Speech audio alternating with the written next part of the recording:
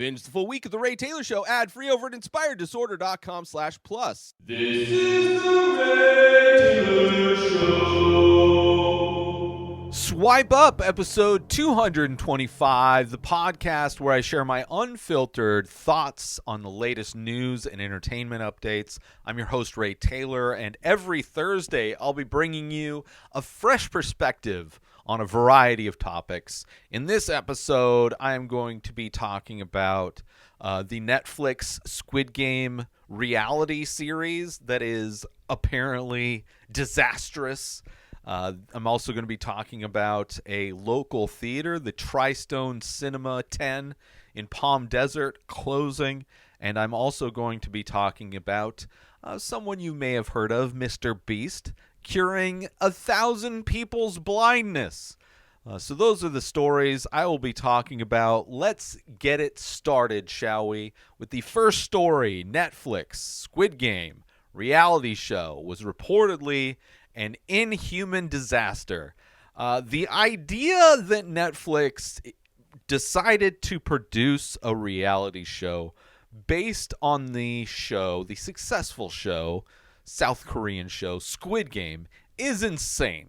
It is completely tone deaf to think that that would be a good idea on its own, aside from any disastrous stories related to the actual production of this reality TV show. So on its face, already making a horrible decision. That is not the thing that should be taken away from the show Squid Game, is that we should actually make a competition like Squid Game. Although they did.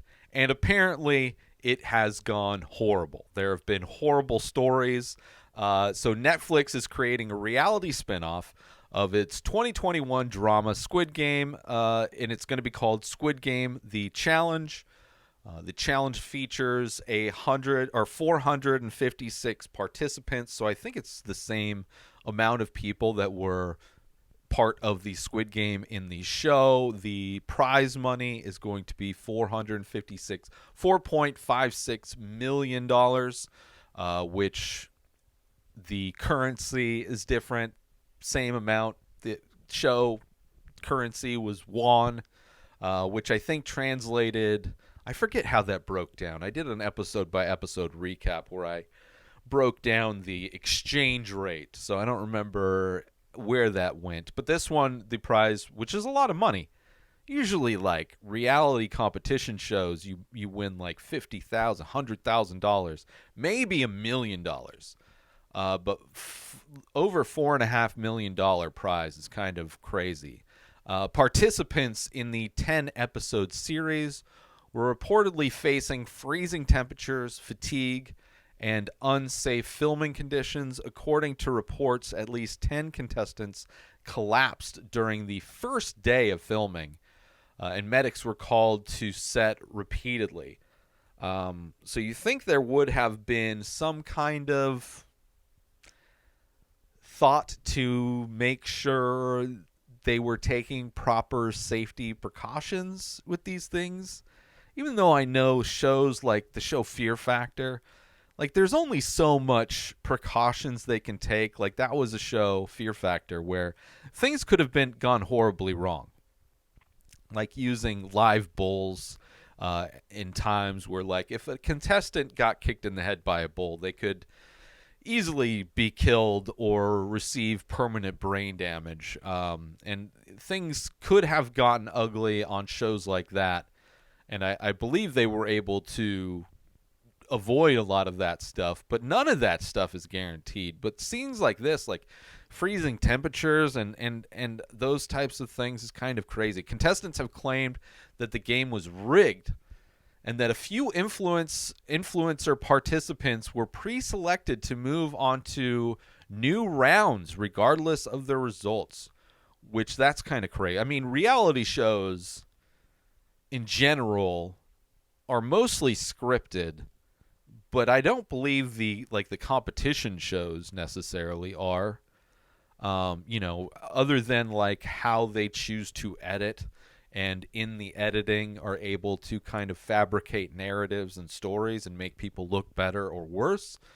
But as far as pre-selecting who would move forward, I mean, it would make sense that they would choose like influencers, people who had a big audience, in order to kind of keep that audience invested in the show.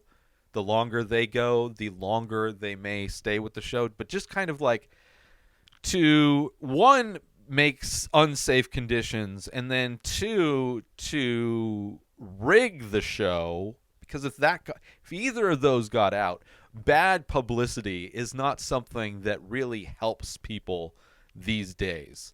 We're in a time where no news is sometimes better than bad news, considering, in show business these days, having a negative perception of a person or a thing can really hurt it, because we are so connected, and you can really form movements to kind of band together and to protest against something or to boycott a thing. So yeah, interesting.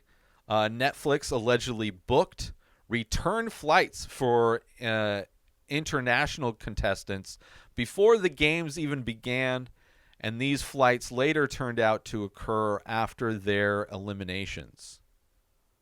That's interesting. One contestant referred to the set as a quote-unquote war zone, which is that kind of, I mean, that if you've seen Squid Game, there's obviously they're not actually shooting people on this show like in Squid Game, but I would imagine, especially like the first game in Squid Game where they play red light, green light, and you got a bunch of people in like this giant space and sniper rifles lining the walls, and people eliminated would be shot, kind of war zone-ish.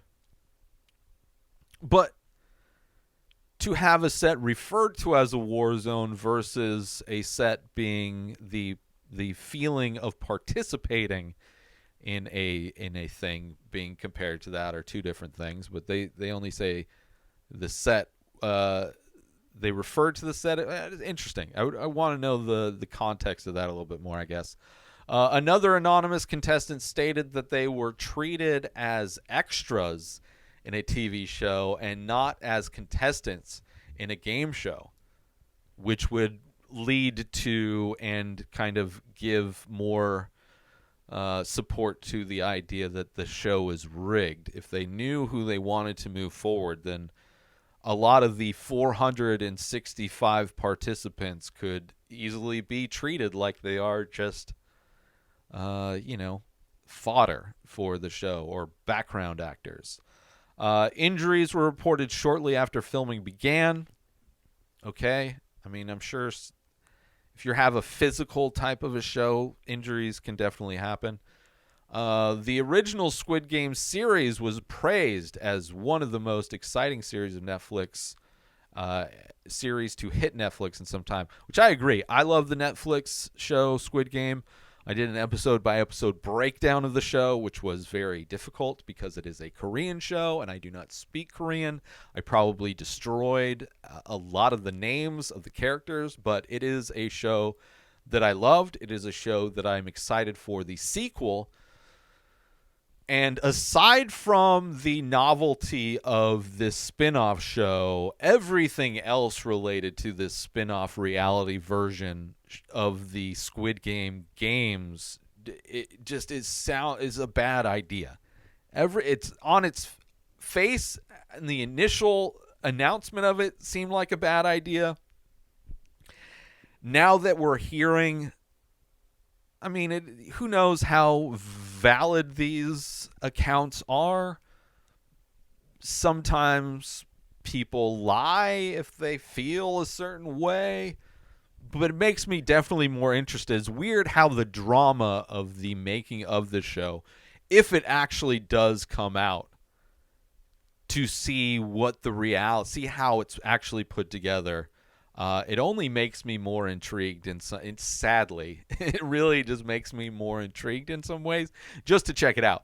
I don't know if it's a show that I would necessarily stay. There's another show on Netflix, a competition show in Korea that a lot of the contestants, it's called Physique, I think. And there's 100 contestants, like all kinds of athletes from different disciplines, mostly from Korea, but there's, a few people from different races, but they all kind of like there's this tall white guy who plays baseball in Korea from America. There's a black dude who is, I don't know if he's a gymnast or in some way, but they all kind of are from South Korea. And their competitions that they do are in some ways similar to Squid Game, even so much as the contestants in this show, Physique, compare it to Squid Game, compares some of the competition. I've only seen a couple episodes. And that's interesting, but it's not this show.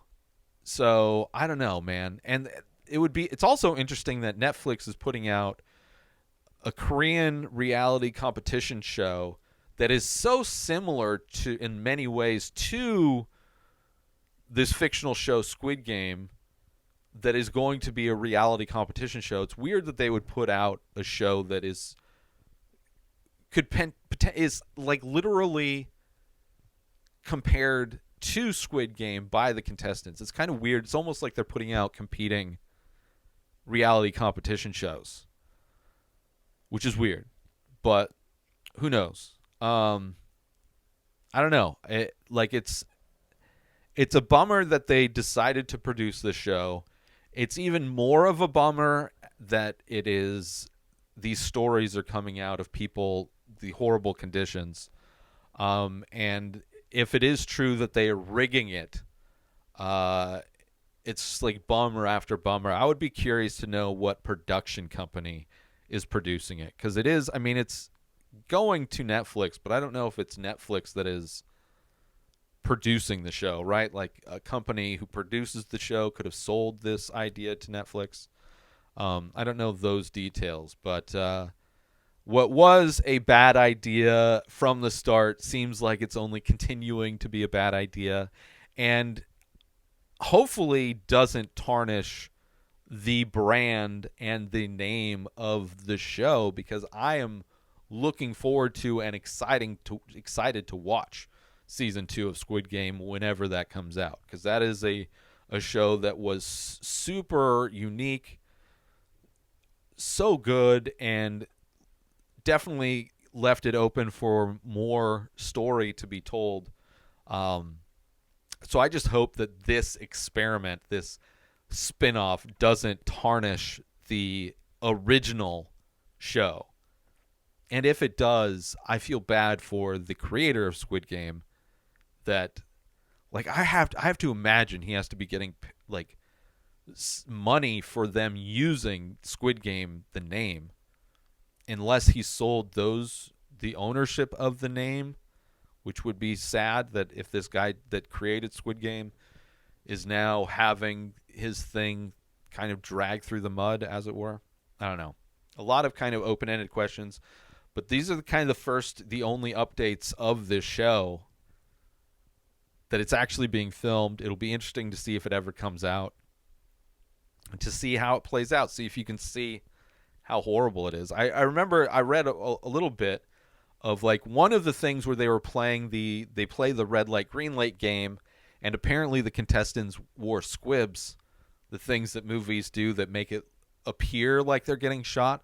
So it seemed like the production of this reality show is to also make it simulate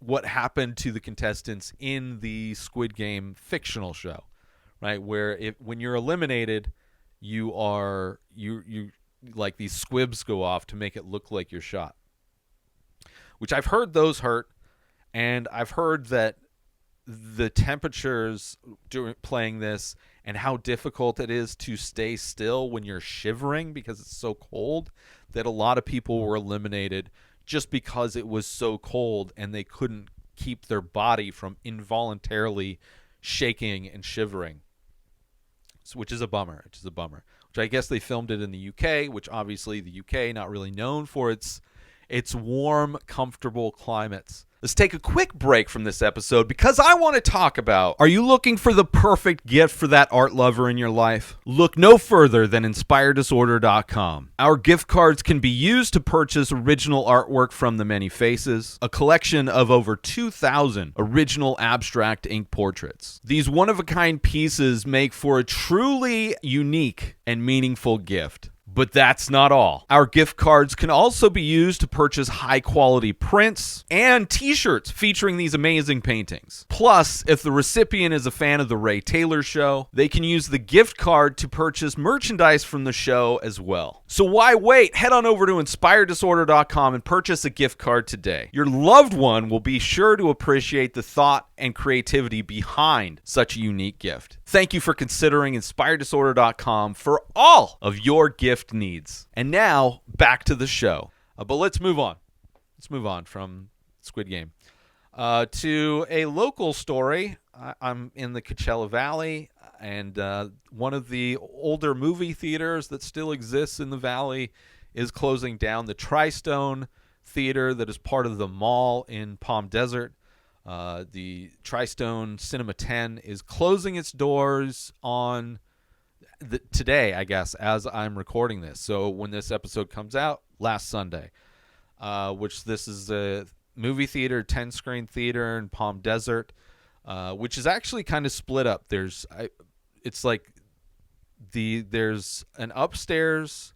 It's on the outside of the mall, and it's on the back side of the mall, kind of things. Like, there's literally people that didn't even know this theater exists. I remember getting in arguments with locals about this movie theater even existing because it's in the back. It's not really it's kind of like hidden in a lot of ways. And there's the main kind of lobby, and then there's another entrance like down some stairs for like 3 smaller theaters. So it's almost like 2 separate theaters the way it's set up, which is weird. But it's actually the movie theater that I, out of high school, actually in my senior year when I first got hired, was trained at. They were building a brand new theater with stadium seating and everything back in 1999 in Rancho Mirage, Rancho 16. So while they were completing the construction of that theater and getting everything installed and everything, the employees that were hired to work at that theater were trained at different theaters, and I was trained at this theater, the theater in Palm Desert, which at the time were all owned by the same company, Resort Theaters of America, which I don't think that company exists anymore. But I remember training at this movie theater. I mean, this is a movie theater that I grew up going to a lot of the times. This is a movie theater I saw Jurassic Park, the original Jurassic Park. This is a movie theater I remember seeing Tombstone in the theater. I think I saw Forrest Gump in this theater as well. This is like a theater that I like have memories as a child going to watch these big blockbuster movies, right? And then it's a movie theater out of high school that I started watching in 1999. If you want to know the insanely amazing films that came out in 1999, I started working there just after The Matrix left theaters. But you had the first film of the Star Wars trilogy. Not that that's a great trilogy of films, but at the time was massive news. Big Daddy, I remember being one of the movies at that theater. But you had movies like The Sixth Sense. You had like Green Mile. You had all kinds of amazing films that came out in that time. And I remember training at that theater and like getting free movies. I remember on like and I got my best friends got jobs working at this theater and then working at the Rancho 16 when that finally opened, and like working at Rancho 16 when it like went to first open its doors. Just I love that. Aside from the low pay that you got, one of my favorite jobs. Love movies, got to go see movies for free, got free soda and popcorn. It was by far the best job. I did all of the kind of different things you can do aside from working in the box office. Concession stand, working the floor to clean theaters, cleaning the theater after Toy Story 2 and Toy Story 3 were released were a nightmare. Probably some of the most insane like explosions of garbage to ever fill a giant theater. Like it just like close to like 20 giant like garbage bags full of like popcorn and candy and just soda cups, and just insane how absolutely disgusting humans can be, especially a kids movie. But like got to be a projectionist, right? Got to be a projectionist when Fight Club came out, American Psycho, like so many amazing movies came out in those years. But it's this is a theater, and even when I moved back to the Valley, the Cinema 10 is where I went and saw like The Lighthouse. It showed a lot more like not really crowd pleasing movies. They did more art house and independent type movies, like a lot of A24 movies would show in there. They did get some bigger movies, but it wasn't not necessarily the same as like a big chain theater would show at the time. Currently, they're owned by the Palme d'Or theater chain. Or no, it was previously named the Cinema Palme d'Or. Yeah, it's kind of a bummer. Not that surprising, though, because it is one of the older theaters. It doesn't have stadium seating. It doesn't have, like, the theater rooms are kind of small. It is definitely out of the theaters that exist in the Valley. It is, aside from the theater in India, which I loved going to as well, which closed down during the pandemic, despite it being that old school, had old kind of cheap seats, I still loved it. I still loved going there. I don't mind that feel of like old, that feeling of nostalgia, these old theaters. But yeah, it's kind of sad that this movie, this theater is closing down. I remember actually, so I was being trained at this theater. One of my best friends was working, and we were closing one night, and it was after Big Daddy, the movie, the Adam Sandler movie, left theaters, and we had a Big Daddy standee, those giant cardboard promotional items you see in movie theater lobbies. Like they're like 6 feet tall, 5 feet wide, and it's usually like the poster of the movie, right? Really big, made out of cardboard. So my job was to go throw that standee away. But my girlfriend at the time, huge Adam Sandler fan. So what I decided to do was take this thing home, take it actually to her house after work. And I was driving my friend home with me, right? We carpooled there, whatever. We had the same shift. So didn't have any rope. So we were literally on my Honda Accord that I had at the time. We had this giant standee on the roof, and he has his arm out the passenger side, and I have my arm out on the driver's side, driving from the Palm Desert Mall all the way to Bermuda Dunes, which for those that don't know, it's like, I don't know how long it is, but it's a 15-minute drive. And we were going slow. Thankfully, it was at night. Thankfully, we didn't get pulled over, because we're just holding this thing on the roof of the car as I go take it to her. Of course, she loved it. It took up like a wall of her bedroom. Kind of ridiculous, but it was. I got some good boyfriend points there. But I remember that was kind of a crazy thing to take this standee home, sitting on top of the roof. Kind of crazy, but I loved it, man. That was some great years, man. Out of high school, soon living on my own. Feeling of independence, getting a paycheck, working at a movie theater where I get to watch every single movie that comes out. They would have employee screenings, so you got to see movies like up to a week before they got released to the public. It was a lot of fun time working in the projection booth. I loved being a projectionist, building up the new prints that would come in on Thursday and then tearing down the movies that would be leaving, listening to music. I read so many books, did a lot of sketching and drawing. It was so much fun. I loved being a projectionist.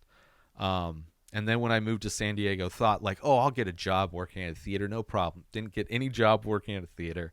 But, still some people I know are still in the movie theater industry, as it were, despite how it's an industry that even at the time I remember having meetings with the other projectionists in the Valley and talking about how digital was kind of starting to come in and how that was going to really put a lot of projectionists out of work. Because when you're not working with film anymore and everything's just downloaded and just hit play on a projector, don't even have to hit play. It's just all programmed to start when it starts. And you don't need somebody to, like, we dealt with static a lot.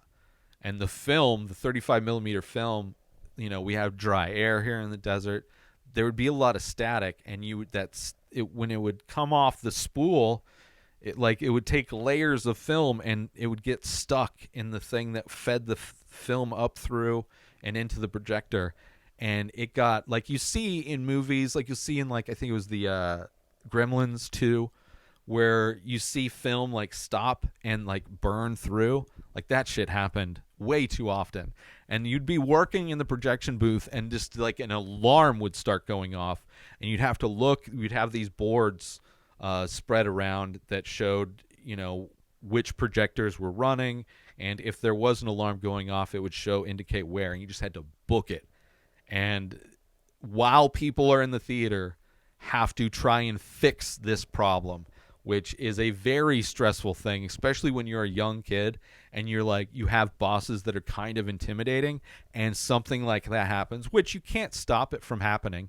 It's really hard to prevent. There's only so much you can do. So it was like not my fault necessarily, but that pressure of trying to fix a horrible issue when you have this boss that runs the theater, like, looking over your shoulder. But thankfully they were pretty good about it. They helped me out. But yeah, kind of crazy, obviously it's like almost 24 years since I trained at this theater, but it's closing down. Not really surprising that it's closing down, but a shame. It'll be interesting to see if somebody comes in. I mean, malls aren't doing that great anyway. But it'll be interesting to see if somebody comes in and changes that. But I don't see a movie theater. I don't see a movie theater going back there, which is, a bummer. Because it had like an energy to it, Let's take a quick break from this episode to talk about, are you a fan of art, movies, and all things entertainment? Then you need to check out youtube.com/inspired disorder. Our page is jam-packed with all kinds of great content, including making of videos of the many faces, an ongoing art series of abstract ink paintings. But that's not all. We also feature daily episodes from The Ray Taylor Show, a podcast that brings you movie reviews, TV show reviews, episode recaps, opinions on news and entertainment, and much more. There's also a weekly diary and top 5 movie rankings of a variety of categories. And if that wasn't enough, we've also got how-to videos covering all kinds of topics. So why wait? Head on over to youtube.com/inspired disorder and start exploring the amazing content we have to offer. And now back to the show. Anyway, let's move on to the final story, the third and final story. Some good news, right? MrBeast cures 1,000 people's blindness in a video, right? This guy, most popular YouTube creator on the planet, most followers, makes tons of money, does a lot of videos where he's like giving away tons of money and like crazy things to people who compete. I think he even set up a version of Squid Game before it was picked up as an actual show. Right when the success of Squid Game happened, I think he set up kind of his own version of Squid Game to give away money. But one of his things that he wants to do, that he stated, is that he wants to give all of his money away before he dies. Like, he doesn't want his money to be passed down to generations, even though he has generational wealth. So he does do good things, which I think some people criticize him for using these good deeds as ways to get good views. There's definitely that is kind of a trend in a lot of social media where people will get popular because they give away money, right? They donate money to just homeless people or somebody that just happens to help them out randomly. They will surprise them with money, and it's a good way to get views. It's definitely heartwarming to see somebody be generous, and they criticize him for doing that, like, which I don't care. Like, as long as he's doing good, like, this is amazing. So apparently, this YouTube star, MrBeast, real name is Jimmy Donaldson, sponsored cataract surgery for 1,000 people who are blind or nearly blind but could not afford the surgery. MrBeast's latest video has received over 32 million views as of Sunday afternoon and features before and after footage of the patients after surgery. MrBeast worked with Jeff Levenson, an ophthalmologist and surgeon, to perform the first round of surgeries in Jacksonville, Florida. Jeff Levenson has coordinated the, quote, gift of sight, end quote, program for over 20 years, which provides free cataract surgery for uninsured patients. Half of all blindness in the world can be cured with a 10-minute surgery, which is cataract removal. Half of the people who are blind or mostly blind is due to cataracts and can be cured with a 10-minute surgery, right? Half of the people can gain their sight back with a short, simple surgery, but we live in a capitalist society, so those people who can't afford it will stay blind, which is insane. So this is great, right? Jeff Levenson was inspired to help people access cataract surgery after undergoing his own cataract correction surgery. Jeff Levenson and MrBeast team reached out to homeless shelters and free clinics to create a list of patients in the Jacksonville area who needed surgery. They eventually had a group of 40 patients, and Jeff Levenson performed all of the surgeries in a single day. That's how easy it is. Holy shit. Jeff Levenson connected MrBeast's team with C International, a nonprofit that provides free eye care to patients in need. Jeff Levenson hopes the video and MrBeast's generosity will inspire a concerted effort to end needless blindness. 100%. It is insane, right? We have these people with exponential amounts of money that they have zero use for and zero need to have, but they hoard it like little spoiled children hoard this money to maintain some status, to maintain their position on some pedestal where so many people think that they are more valuable to humanity because they've won some magical game of monetization.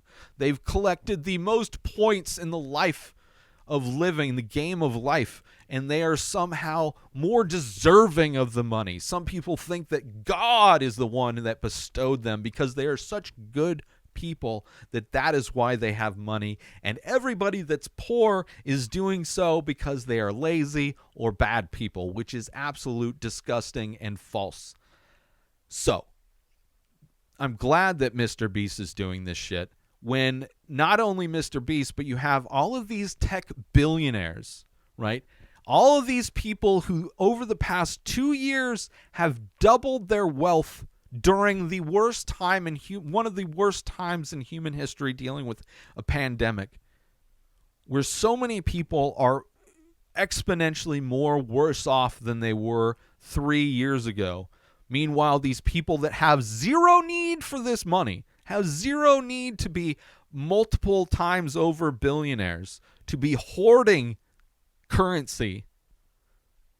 They could effortlessly do something like this. They could effortlessly eradicate blindness in half of the blind people globally if they wanted to, instantly. Wouldn't affect them. They wouldn't notice it. Would not notice it. There are so many good things, right? I'm so tired of people saying that, like, all these simps, these billionaire simps, these billionaire bootlickers that are like, oh, Elon Musk is going to save society. How? Doing what? Selling these cars that suck? That he didn't invent. He didn't start Tesla. He just sells Tesla. And by the way, what he's done with Twitter is a pretty good indication of how awful he is. And seeing how that is affecting his stock prices with Tesla, it's just, he is not like this person that people put on a pedestal. He is not somebody that wants to do good for humanity. He's not somebody that's going to take his little simp army with him to Mars if he ever gets there with his little rocket ship company that is funded by the government, right? He's not trying to do anything good for all of these pathetic little simps that suck on his little bootstraps, right? He couldn't care less about those people. He couldn't care less about people. He wants more money, more money. That's all he wants. He wants to stack money after money, which is something that he's never had to consider. He's never in his entire existence as a human being had to consider the cost of a thing, because he comes from money. He comes from parents who owned a gem mine during apartheid in South Africa. This dude has never had to look at the price of a thing and consider what that might mean to his bottom end. He spent $44 billion on a product that is not profitable because he's got an ego that can barely fit inside of his little Teslas, you know? It's insane. Bezos, all of these people instantly could eradicate just so much suffering in the world effortlessly. It wouldn't even it would be such the minuscule fraction of their entire hoarded wealth. But they don't want to do shit. They don't want to do shit. And it kind of sucks that even though MrBeast actually kind of doing good, yeah, he profits off of it. Yeah, he's literally making money off of the video that he funded, but fuck it, he did good. He did good. It's better than people who are making millions of dollars playing video games, right? At least MrBeast is like helping people. Sure, turn philanthropy into entertainment. Fucking do it. Make reality shows about how people go out and make life better for people, rather than having reality shows where moms compete with other moms to date younger men who are the sons of their competitors, right? Like, instead of making garbage entertainment like that, make reality shows where you bring people in to do these amazing things for people, where they actually make a positive change in reality.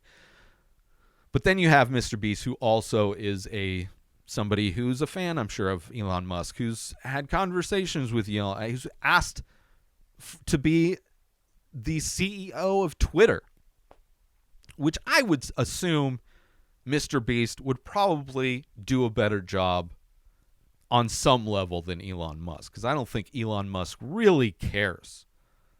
I don't think he cares at all.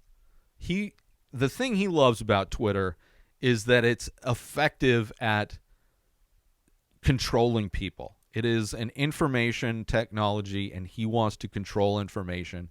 He's already used Twitter to manipulate prices of stocks in order to make investments, in order to tank prices so he can get a good deal when he buys it, and then he pumps them up so he can sell it at a high price. Like he's been doing, it's like there's examples of that all over the place, allegedly, right? So I don't know. Good for Mr. Beast. Hopefully he does more like this, right? I'm good with that. Hopefully he doesn't turn into like, you know, it's one thing to say you want to do good things, right? Just fucking Elon Musk has said a lot of things that he wants to be this good person, that he is doing these good things. The Tesla is a car that he believes in because he thinks it's going to make everything safer, despite the fact that the build quality on those cars is garbage, despite the fact that they malfunction seemingly a lot, right? I don't know. But that's good news. I'm glad. It's insane that a procedure that takes 10 minutes can cure blindness in half of the people that are blind. It's insane. It is insane. We live in a time where money is like capitalism is so like such a broken system, such a garbage system to run civilizations, right? It is a system that people can manipulate in order to hoard money. It is not a system that benefits people at all.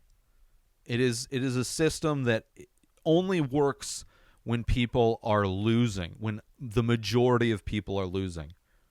And when something like this, a 10-minute procedure, can be done to fix half of the blind people, to restore sight in half of them, it is insanity. So good on Mr. Beast. Hopefully more people do that same thing, right?